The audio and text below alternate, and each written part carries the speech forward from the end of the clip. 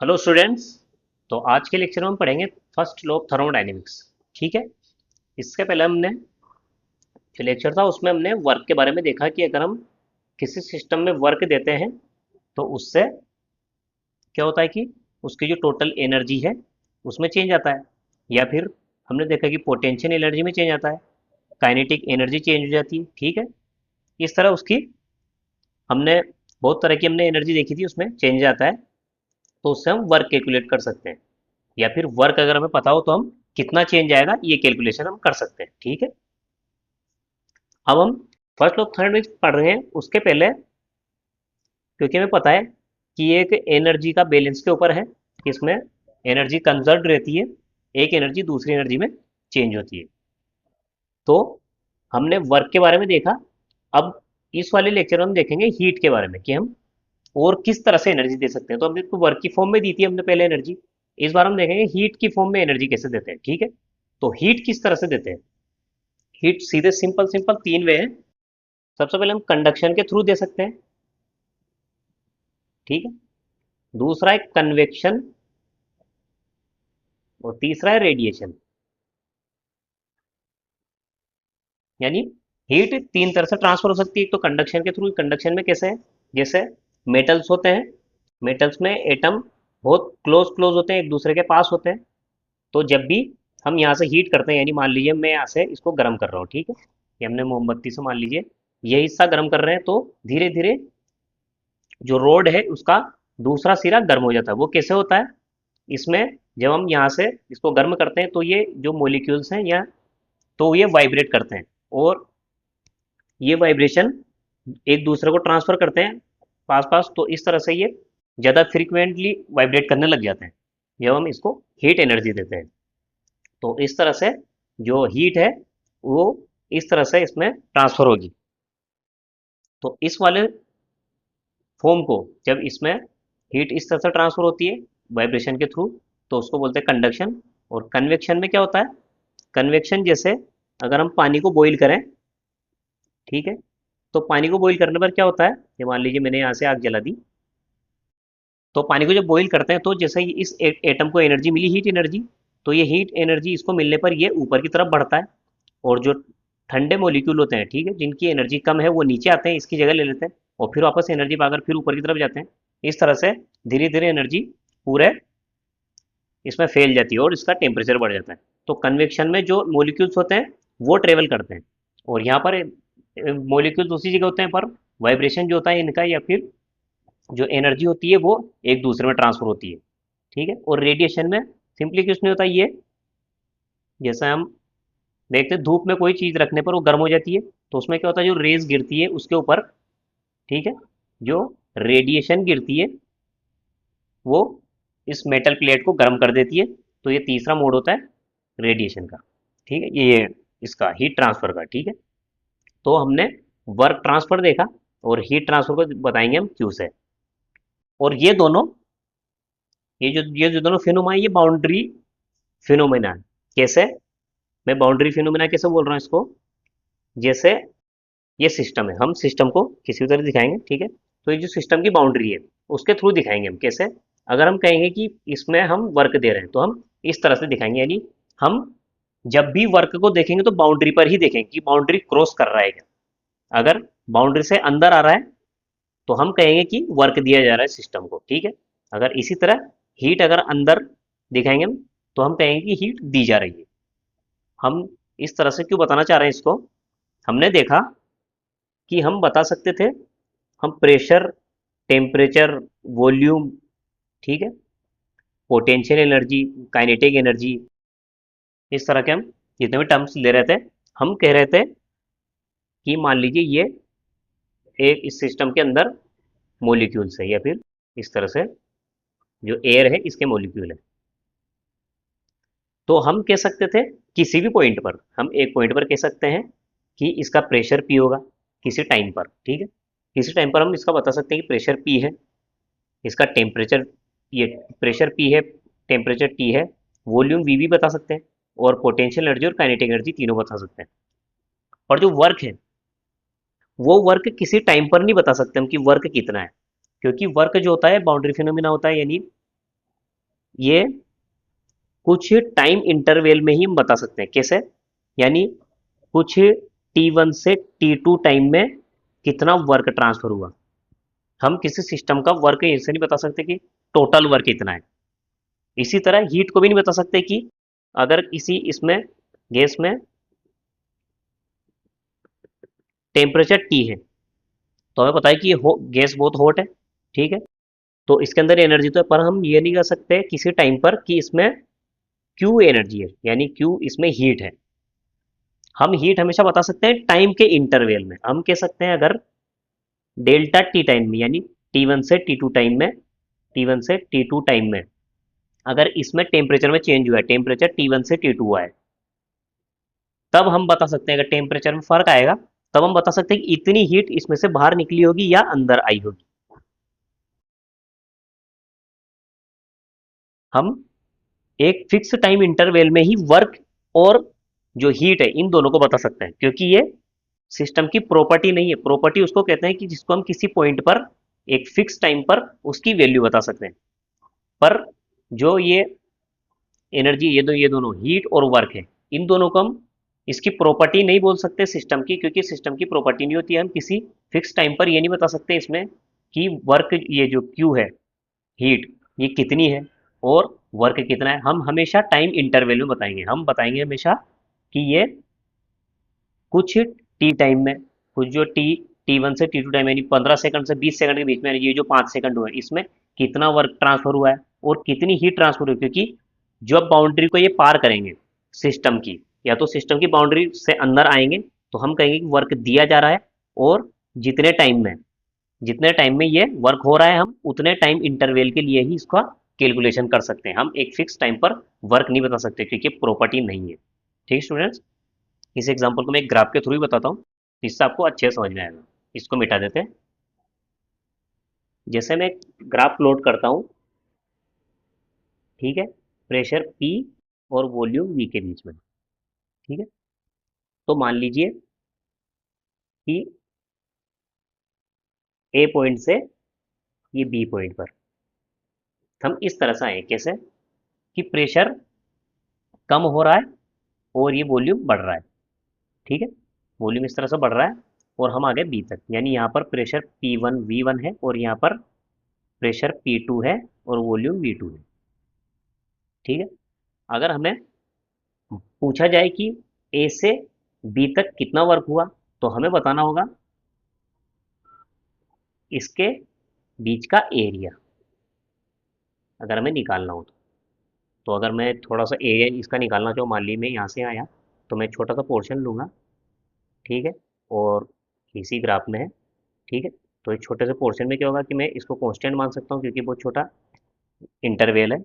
तो मैं मान सकता हूँ कि इस बीच में पी कांस्टेंट है, ठीक है, ये पी है, ये पी वाली लाइन है, ठीक है, और ये जो वॉल्यूम बढ़ा है ये डेल्टा वी, मान लो इसको डीवी कर देते हैं, तो ये बहुत छोटा है।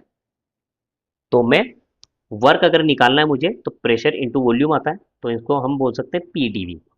तो ये छोटा सा जो एरिया बनेगा, इससे हम वर्क कैलकुलेट कर सकते हैं कि इतना वर्क हुआ है। हमें पूरा ए से बी के बीच में निकालना है वर्क, तो हमें इंटीग्रेशन करना होगा ए से बी के बीच में, ठीक है, तो इससे हम टोटल वर्क बता सकते हैं। यानी हम किसी एक फिक्स पॉइंट पर नहीं बताएंगे कि वर्क इस पॉइंट पर कितना है, क्योंकि एक पॉइंट पर तो हम वर्क बता ही नहीं सकते, क्योंकि ये प्रॉपर्टी है नहीं। ये है एक बाउंड्री फिनोमेना, यानी ये एक प्रोसेस है जो टाइम इंटरवल में ही कैलकुलेट की जा सकती है। तो मैं किसी फिक्स पॉइंट पर वर्क नहीं बता सकता। इसी तरह हीट, जो हीट एनर्जी है जो हम दे रहे हैं, ये भी टाइम इंटरवल में आती है, जो टेम्परेचर पे डिपेंड करती है, टेम्परेचर के डिफरेंस की वजह से। जब भी टेम्परेचर डिफरेंस होगा तो हीट वहाँ पर निकलेगी, और कुछ टाइम इंटरवल में ही हम बताएंगे कि हीट इतनी है, इतनी ट्रांसफर हुई। हम किसी सिस्टम को, अगर हमें पता भी हो कि इसका प्रेशर, टेम्परेचर, वॉल्यूम सब कुछ, सारी प्रॉपर्टी पता हो, तो हम ये नहीं बता सकते कि इसमें हीट कितनी है, क्योंकि प्रॉपर्टी नहीं है। ठीक है स्टूडेंट, अब इसको प्रॉपर्टी नहीं बोलने पर और प्रॉपर्टी होने में क्या फ़र्क है, कि मान लीजिए मैं ए से बी तक आया, हमें अगर ए से बी तक आया, ये प्रेशर है और ये वॉल्यूम है, तो मैं जब ए से बी तक आया तो ए पॉइंट पर और बी पॉइंट पर प्रॉपर्टी अलग अलग थी। अगर मैं वापस बी से वापस ए तक चल जाऊं, ठीक है, तो क्या होगा, हम जहां से घूमे थे वापस वहीं पर आ गए, ए पर ही। तो प्रेशर भी सेम रह गया, वॉल्यूम भी सेम रह गया। तो जिस पॉइंट पर थे हम वापस वहीं पर उसी पर आ गए। तो अगर ये प्रॉपर्टी है, तो प्रॉपर्टी में क्या होता है कि अगर हम वापस यहाँ पे चले और वापस वहीं पर आ गए, तो पूरी प्रोसेस के बीच में प्रेशर में डिफरेंस कितना आया, डेल्टा पी कितना आएगा, जीरो, क्योंकि चेंज ही नहीं आ रहा, हम वापस उसी पॉइंट पर आ गए। डेल्टा वी कितना बोलेंगे, वो भी आएगा जीरो। हर प्रॉपर्टी, जो भी प्रॉपर्टी है वो सब में चेंज जीरो आएगा। आप डेल्टा के ई ले लीजिए, वो भी जीरो आएगा, यानी ये काइनेटिक एनर्जी में चेंज, पोटेंशियल एनर्जी में चेंज, जितनी भी प्रॉपर्टी है उन सब में चेंज में आएगा, डिफरेंट ये जीरो आएगा। यानी किसी भी प्रॉपर्टी में कोई चेंज नहीं आएगा, क्योंकि हम जिस पॉइंट से चलते हैं उसी पॉइंट पर आए। पर अगर मैं अब प्रोसेस में इस पूरी साइक्लिक प्रोसेस यानी ए से बी तक और बी से वापस ए तक जाने में अगर हम पूछें कि हीट कितनी ट्रांसफर हुई और वर्क कितना ट्रांसफर हुआ, तो आप इसको जीरो नहीं लिख सकते, ये कभी जीरो नहीं होगा।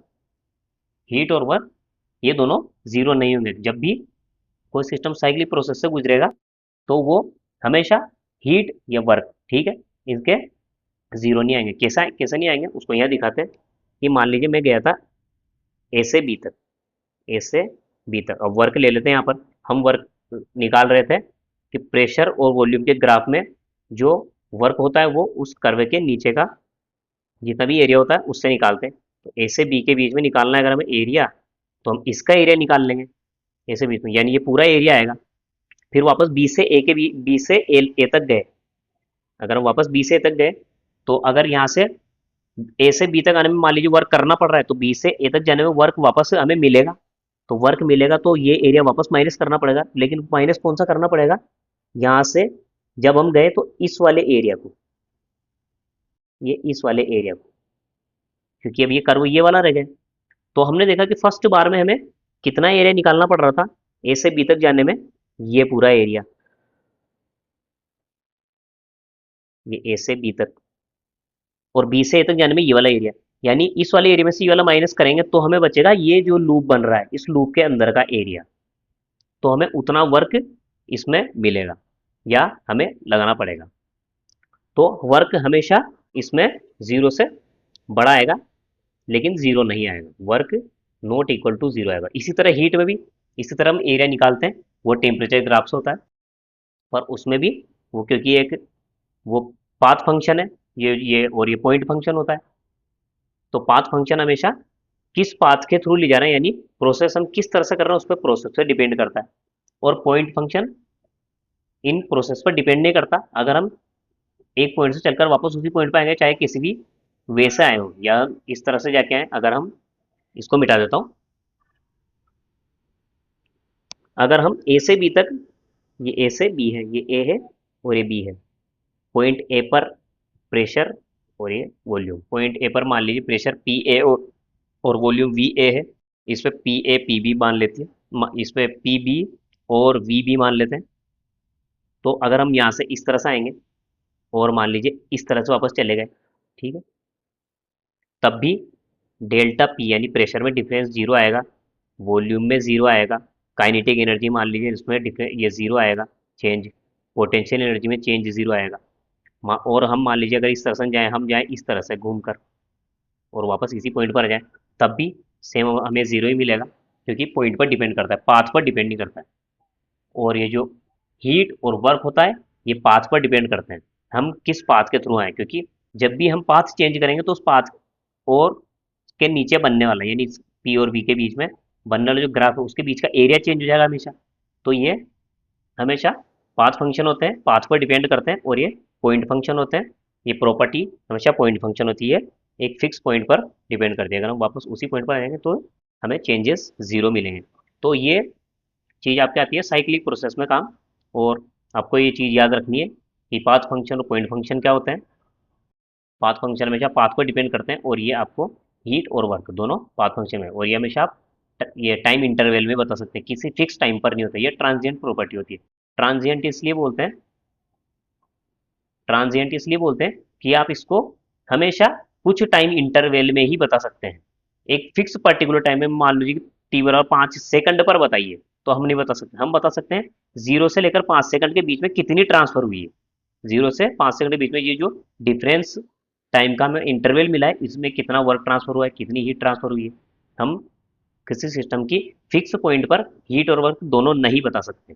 ठीक है, तो फर्स्ट लॉ ऑफ थर्मोडायनेमिक्स अब हम लिख सकते हैं, क्योंकि हम हीट और वर्क इन सब के बारे में जान गए, तो हम फर्स्ट लॉ ऑफ थर्मोडायनेमिक्स का पहले एक्सप्रेशन लिख लेते हैं। ठीक है स्टूडेंट, तो मैं इसको डायग्राम से बताता हूँ स्टूडेंट, कि मान लीजिए मैं एक सिस्टम लेता हूँ, इसको हम दे रहे हैं क्यू हीट, मैंने दी इसको, कुछ हीट देने पर मुझे कुछ वर्क मिला और कुछ चेंज आया इस सिस्टम की एनर्जी में। यानी अगर इसकी पहले E1 एनर्जी थी, तो अब ये E2 हो गई है। कैसे? जैसे हम मान लीजिए एक सेम एग्जांपल लेते हैं जो हमने पहले भी लिया हुआ है, कि पिस्टन में गैस भरी हुई है, हम इसको हीट एनर्जी देते हैं। मान लीजिए इसको आग से जला देते हैं नीचे।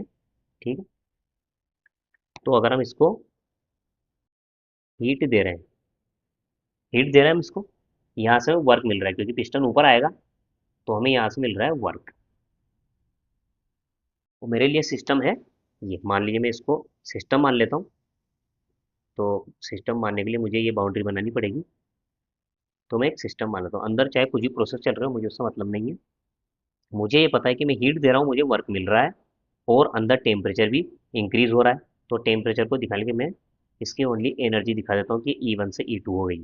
यानी टेम्परेचर पहले से बढ़ गया है, कुछ टाइम इंटरवल बाद देख रहे हैं हम, कुछ टाइम इंटरवल यानी कुछ डेल्टा टी टाइम इंटरवल बाद देख रहे हैं हम, इस इंटरवल के बीच। तो मैं लिख सकता हूँ कि ये जितना चेंज आया, यानी जो मैंने दिया है, अगर हम सिस्टम को कुछ देंगे और हमें कुछ मिलेगा, तो जो जो दिया है उसमें से हम अगर इसको माइनस कर दें, तो हमें पता चल जाएगी इसके पास कितना रखा हुआ है। सिंपल सा मैथमेटिक्स है। मान लीजिए इधर से 20 आया, तो 10 निकला, और तो अंदर कितना रह जाएगा, 10। तो हम इसी को लिख रहे हैं कि अंदर कितना रह गया। तो अंदर कितना रहेगा, इसको लिखेंगे E2 minus E1 is equal to, हमने दिया कितना था Q और मिला कितना W। तो यही फर्स्ट लॉ ऑफ थर्मोडायनेमिक्स है। हम हमें ओनली सिंपल सा एक्सप्रेशन लिखने के लिए सबसे पहले मुझे वर्क बताना पड़ा, फिर उसके बाद हीट देखना पड़ा, और फिर हमने जो टोटल एनर्जी होती है सिस्टम की, जो इसकी प्रॉपर्टी होती है, उसके बारे में भी जाना, जो कि इसको हम बहुत बार इसकी इंटरनल एनर्जी के रूप में दिखाते हैं इसको। इस जो E2, इसको E2 माइनस E1 को डेल्टा ई अगर हम लिख लें, delta is equal to Q minus W, ये लिख सकते हैं इसको। तो delta E is equal to, यानी सिस्टम की जो एनर्जी है उसमें चेंज किसके बराबर होगा, जो हमने हीट गिवन हीट के बराबर, माइनस जो W वर्क उसमें से बाहर निकला है। तो देखा हमने कि जो हीट है, हम उसको हमेशा बाउंड्री पर ही देख रहे हैं कि बाउंड्री से अंदर आ रही है, और ये वर्क बाउंड्री से बाहर जा रहा है। तो हम बाउंड्री पर ही देखते हैं अंदर क्या प्रोसेस चल रही है, वो सब आएगा इसके अंदर, इसकी इंटरनल एनर्जी के अंदर। बहुत बार इसको इंटरनल एनर्जी लिख देते हैं, क्योंकि इसमें बाकी और चीज़ों को निगलेक्ट कर देते हैं, तो ओनली इंटरनल एनर्जी। तो ये डायरेक्ट ओनली अगर हमें पता हो कि टेम्परेचर क्या क्या है इस गैस का, तो हम गैस के टेम्परेचर से ही कैलकुलेट कर सकते हैं इसको। ठीक है, तो ये तो फर्स्ट लॉ ऑफ थर्मोडायनेमिक्स का ये एक्सप्रेशन है, ये वाला। ठीक है, तो इस इक्वेशन से हम फर्स्ट लॉ ऑफ थर्मोडायनेमिक्स दे सकते हैं। तो स्टूडेंट आज के लेक्चर में इतना ही। इस लेक्चर में हमने क्या क्या पढ़ा, एक बार रिवीजन कर लेते हैं। कि हमने इससे पहले वर्क के बारे में देखा था, इस लेक्चर में हमने हीट के बारे में देखा, और इंटरनल एनर्जी किस तरह चेंज होती है उसके बारे में देखा, और हमने एक्सप्रेशन बनाया फर्स्ट लॉ ऑफ थर्मोडायनेमिक्स का। नेक्स्ट लेक्चर में हम इसके ऊपर न्यूमेरिकल करेंगे। और उसके पहले मैं एक चीज़ और बता देता हूँ आपको, कि वर्क हमने जब दिया था सिस्टम में, तो हम जब सिस्टम को वर्क दे रहे थे तो उसको लिख रहे थे नेगेटिव में, और जब सिस्टम से वर्क मिल रहा था तो वो हम लिख रहे थे पॉजिटिव में। यहाँ पर हम जब हीट देंगे तो उसको लिखेंगे पॉजिटिव क्यू, और अगर हीट हमें मिल रही है, वो यानी बाहर निकल रही है सिस्टम से, तो उसको लिखेंगे नेगेटिव में। इस पूरी बुक में आपको ये वाला याद रखना है। ऐसा आप नहीं भी याद रखो तो आपको मालूम पड़ जाएगी कौन सा इक्वेशन के किस तरफ लिखना है। ठीक है स्टूडेंट्स, तो फर्स्ट लॉ ऑफ थर्मोडायनेमिक्स के अगले लेक्चर में हम इसके न्यूमेरिकल करेंगे। ठीक है स्टूडेंट, तो आज के लेक्चर में इतना ही, मिलते हैं अगले वीडियो में, तब तक के लिए गुड बाय।